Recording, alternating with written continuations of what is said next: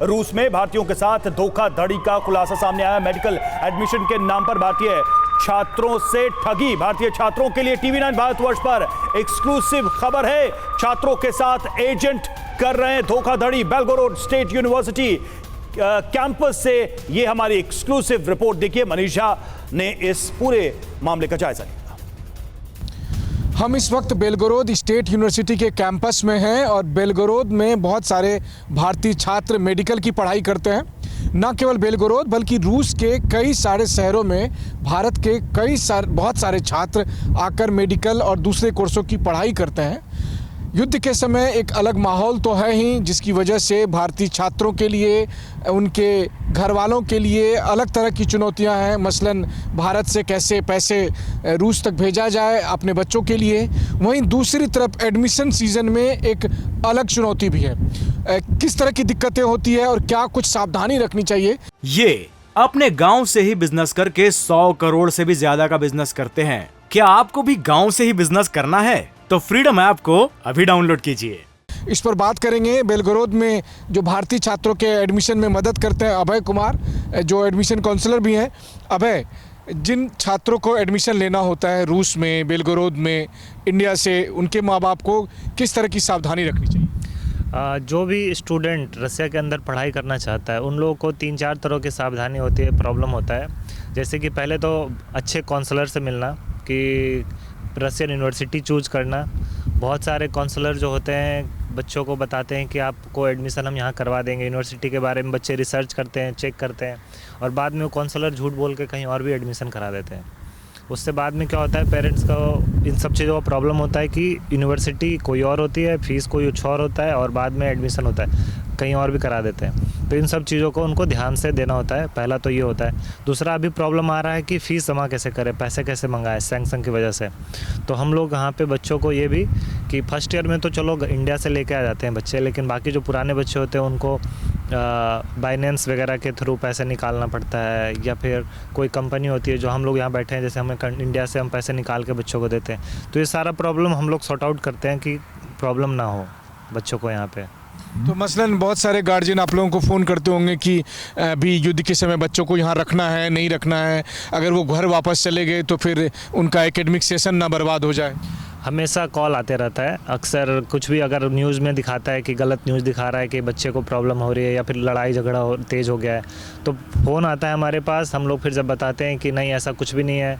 अगर कोई प्रॉब्लम होता है, जैसे बेलगोरोद की बात करें तो यहाँ पे कुछ प्रॉब्लम हुआ था पिछली बार, बीच शहर में ब्लास्ट वगैरह हो गया था।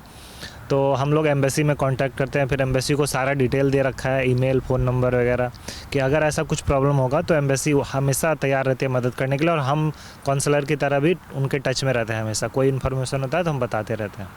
तो मान लीजिए जो नए लोग हैं जिनको अपने बच्चों को अब ये रूस पढ़ाई करने भेजना है, तो कैसे वो आप जैसे लोगों के साथ डायरेक्ट कांटेक्ट करें ताकि उनको कहीं से कोई धोखाधड़ी ना हो उनके साथ?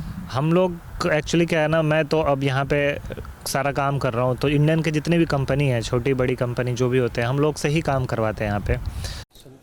मनीष हमारे साथ जुड़े हुए हैं, सीधे चलेंगे उनके पास। मनीष, एक तो पहले से ही इस युद्ध की वजह से जो खासकर मेडिकल के छात्र थे उनको यूरोप के खासकर इस बेल्ट में, रूस यूक्रेन वाले बेल्ट में दिक्कत तो आ ही रही थी। अब ये नया मसला कैसे सामने आ गया है और कितने छात्र हैं जिनके साथ इस तरह की कोशिश या इस तरह का फ्रॉड हुआ है?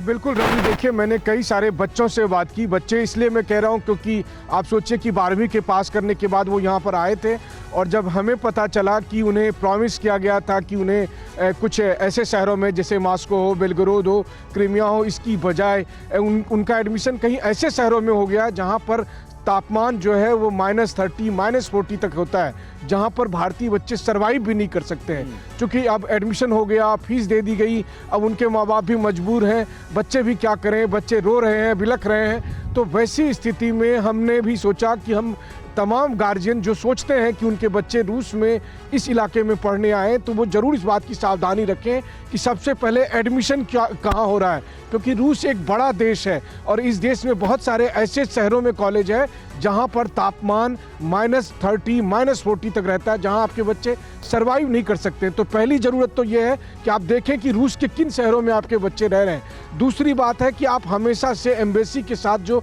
मान्यता प्राप्त रजिस्टर्ड एजेंट हैं उनके जरिए जाएं, ताकि आपके साथ कोई धोखाधड़ी ना हो, क्योंकि कई बार मोटी मोटी फीस वसूल ली जाती है और फिर वो एजेंट गायब हो जाते हैं और कॉलेज को फीस नहीं पहुंचती है, बच्चों के एडमिशन कैंसिल हो रहे हैं। और जो तीसरी और अहम बात है, युद्ध के माहौल में बेहद मुश्किल हो रहा है माँ बाप को बच्चों तक पैसे भिजवाना, उन्हें किसी भी तरह की वित्तीय मदद देना।